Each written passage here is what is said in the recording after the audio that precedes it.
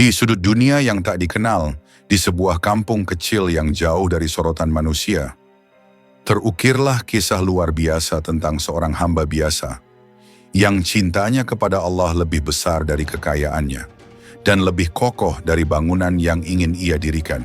Ia bukan raja, bukan pula ulama besar, tapi doanya mengguncang langit, tangisnya mengetuk pintu-pintu langit, dan niatnya cukup kuat untuk menggerakkan para malaikat dari arsy.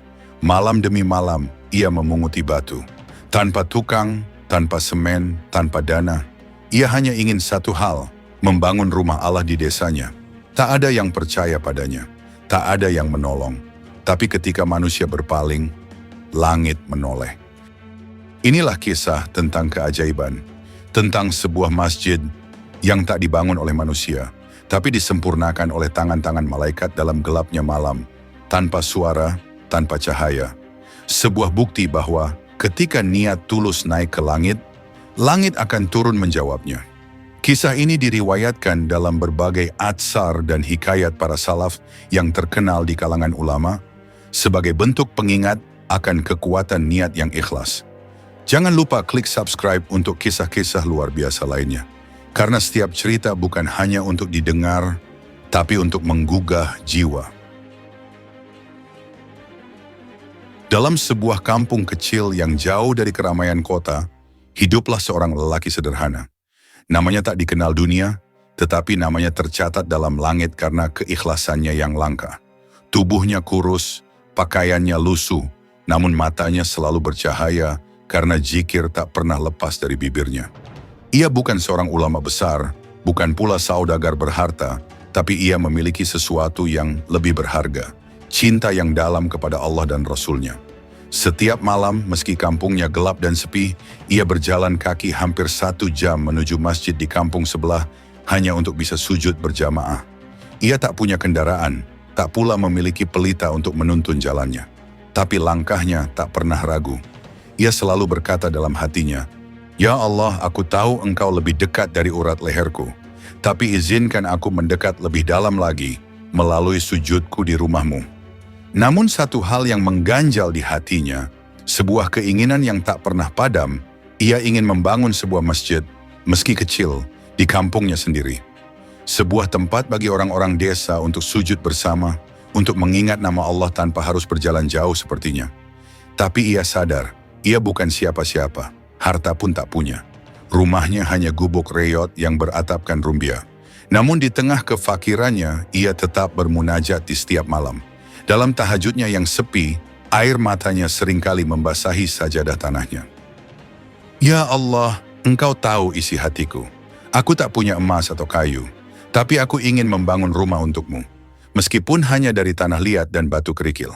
Aku ingin Engkau melihatku, bahwa aku pernah berniat untuk membangun rumah-Mu. Meski aku tak sanggup." Lalu ia mulai mengumpulkan batu-batu kecil di tanah lapang dekat rumahnya. Setiap hari, sepulang dari ladang yang hasilnya tak seberapa, ia memungut batu.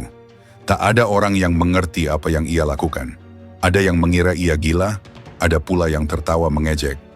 "Hei, kau kira dengan batu-batu itu, kau bisa membangun masjid?" kata seseorang sambil tertawa keras. "Kau tak bisa memberi makan dirimu sendiri, masjid hanya angan-angan." Namun ia hanya tersenyum. Ia tak marah. Ia tahu mereka tak melihat apa yang ia lihat. Mereka tak tahu bahwa ia berbicara kepada langit, bukan kepada manusia. Ia percaya niat yang benar akan naik ke langit dan Allah akan menjadikannya kenyataan dengan caranya. Setiap malam ia duduk di samping tumpukan batu itu dan mengangkat tangannya ke langit. "Jika Engkau ridha, ya Allah, maka jadikan batu-batu ini saksi bahwa aku pernah berniat membangun rumah-Mu." Dan malam demi malam ia terus melakukannya. Batu-batu kecil mulai menumpuk, sebuah harapan mulai tumbuh. Meski ia tak punya uang untuk membeli semen, tak punya kayu atau besi, ia punya sesuatu yang lebih kuat, ketulusan. Namun semakin ia berusaha, semakin besar pula ejekan yang datang. "Sudahlah, hidupmu sendiri saja tak layak. Apa kau pikir Allah butuh masjid dari fakir seperti dirimu?" Tapi ia tak peduli. Ia terus membangun, bukan dengan tangan, tapi dengan doa. Ia terus menanam harapan bukan di bumi, tapi di langit. Dan langit diam-diam memperhatikan. Hari itu langit tampak biasa saja. Angin berhembus pelan menyapu lembah kecil tempat tinggal si lelaki. Ia masih memanggul batu dari tepi sungai ke tanah lapang di sebelah rumahnya. Tak ada upah, tak ada bantuan. Bahkan anak-anak pun menertawakannya. Masjid katanya, dengan batu yang itu, tawa mereka meledak. Tapi ia tetap tersenyum. Sebab di dalam hatinya, suara yang lebih kuat terus berbisik, "Bangunlah rumahku. Niscaya aku bangunkan rumah untukmu di surga." Itulah yang ia dengar dari lisan seorang ulama yang singgah di kampungnya bertahun-tahun lalu. Sejak hari itu, hidupnya hanya punya satu cita-cita, membangun masjid walau hanya dari batu yang ia temukan sendiri. Namun tubuhnya mulai renta, malam ia gunakan untuk berdoa, siang untuk mengangkat beban, hingga akhirnya tubuhnya terkulai lemas di sebuah malam Jumat. Ia menangis di tanah lapang itu, di antara batu-batu yang belum tersusun. Ia berkata lirih, "Ya Allah, jika malam ini aku mati tanpa menyempurnakan rumahmu. Tapi Engkau tahu niatku, Engkau tahu aku ingin membangunnya karenamu." Lalu malam itu langit berubah, langit membuka diri. Di alam yang tak kasat mata, malaikat-malaikat saling memandang. Laporan tentang lelaki itu telah sampai. Ia tak memiliki harta, tapi niatnya telah mengisi timbangan amalnya lebih dari bangunan istana. Dan malam itu, para malaikat turun. Dengan cahaya yang tak menyilaukan, dengan keheningan yang tak menyakitkan telinga, mereka membentuk lingkaran di atas tanah kosong itu. Lalu, dengan izin Allah, mereka mulai membangun. Tidak seperti bangunan biasa. Batu-batu itu tak saling bertabrakan, melainkan seolah saling mengenal, saling menyambut satu sama lain. Tak ada suara pukulan, hanya gemuruh zikir yang mengisi malam. Subuh pun datang, dan ketika cahaya fajar menyibak gelap, tampaklah sebuah bangunan indah, bersih dan utuh. Sebuah masjid kecil dengan kiblat yang tepat menghadap Ka'bah, dengan mihrab sederhana, tapi dari dalamnya memancar ketenangan yang tak bisa dijelaskan. Orang-orang pun terbelalak. "Siapa yang membangun ini?" tanya seorang tetua kampung. Tapi tak ada yang menjawab. Si lelaki tua hanya duduk di ambang pintu masjid, menangis dalam sujudnya.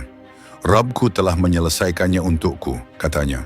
Dan sejak hari itu, masjid itu dikenal bukan dengan nama si lelaki, tapi dengan nama yang lebih tinggi, Masjid Malaikat. Hari itu, orang-orang kampung datang berbondong-bondong. Ada yang terpaku menatap masjid kecil yang semalam tak ada. Ada yang bersujud diam-diam tanpa kata.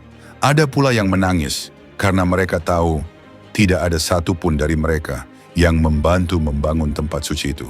Tapi kini ia berdiri megah, tanpa tangan manusia. Lelaki tua itu tetap diam di serambinya. Wajahnya tenang, seolah hatinya telah menyatu dengan langit. Dalam-dalam ia menarik napas dan berkata pada tetangga terdekat yang tak percaya, "Aku hanya mengangkat batu, tapi Allah yang membangun rumahnya sendiri." Hari-hari berlalu. Masjid itu menjadi pusat perubahan. Anak-anak yang dulu menertawakan, kini duduk bersila di lantainya, belajar huruf-huruf hijaiyah dari si lelaki tua yang tak pernah mengeluh. Orang-orang yang dulu memalingkan wajah kini berlomba menjadi bagian dari syaf pertama. Tapi keajaiban belum berhenti sampai di situ. Setiap malam Jumat, cahaya lembut seperti kabut turun di atas masjid itu. Tak menyilaukan, namun cukup untuk membuat bulu kuduk berdiri. Kadang terdengar bisikan lembut dari dalam, zikir yang tiada henti padahal tak ada seorang pun di sana.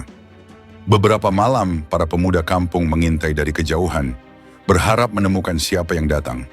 Namun yang mereka lihat hanyalah pintu masjid terbuka sendiri, seolah menyambut tamu dari alam yang tak terlihat. Di suatu malam yang sejuk, si lelaki tua bermunajat lebih lama dari biasanya. Ia berdoa, "Ya Allah, jangan biarkan hati kami mati hanya karena tangan kami tak mampu berbuat.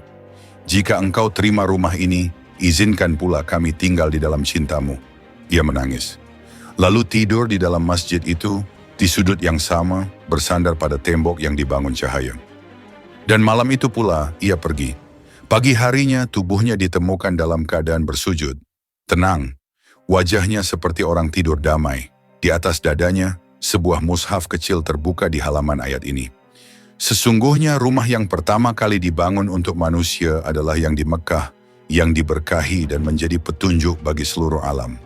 Surah Ali Imran ayat 96. Tak ada tangis, tak ada jerit, hanya hening yang penuh haru. Masjid itu kemudian diberi nama resmi oleh masyarakat, Masjid Nurul Malaikah, cahaya para malaikat. Dan hingga kini, jika engkau melintas di kampung kecil itu, engkau akan melihat sebuah masjid yang sederhana, tapi tak pernah sepi. Ada yang bilang, jika engkau berdoa di sana, maka doamu akan langsung sampai ke langit, tanpa halangan. Sebab tempat itu dibangun oleh cinta. Cinta seorang hamba dan cinta para malaikat yang diperintah langsung oleh Rabb-Nya. Itulah kisah tentang sebuah masjid. Bukan masjid besar di kota megah, bukan pula yang namanya dikenal dunia, tapi ia dibangun dengan air mata, dengan niat yang tak goyah, dan disempurnakan oleh tangan-tangan malaikat yang turun dari langit. Sebuah kisah nyata yang mengajarkan kita bahwa Allah tak melihat besar kecilnya amal, tapi dari mana ia lahir, dari hati atau sekadar kebiasaan. Ia mengajarkan kita bahwa ketika manusia memalingkan wajah, langit tak pernah menutup pintunya. Dan ketika tangan-tangan kita tak mampu membangun, maka niat yang tulus bisa membangkitkan pertolongan yang tak terlihat. Maka jangan pernah remehkan doamu, jangan pernah anggap kecil usahamu, sebab bisa jadi langit telah mencatatnya jauh sebelum kau melihat hasilnya. Jika kisah ini menyentuh hatimu, dukung terus channel ini dengan menekan tombol subscribe dan bagikan cerita ini agar semakin banyak hati yang tergerak.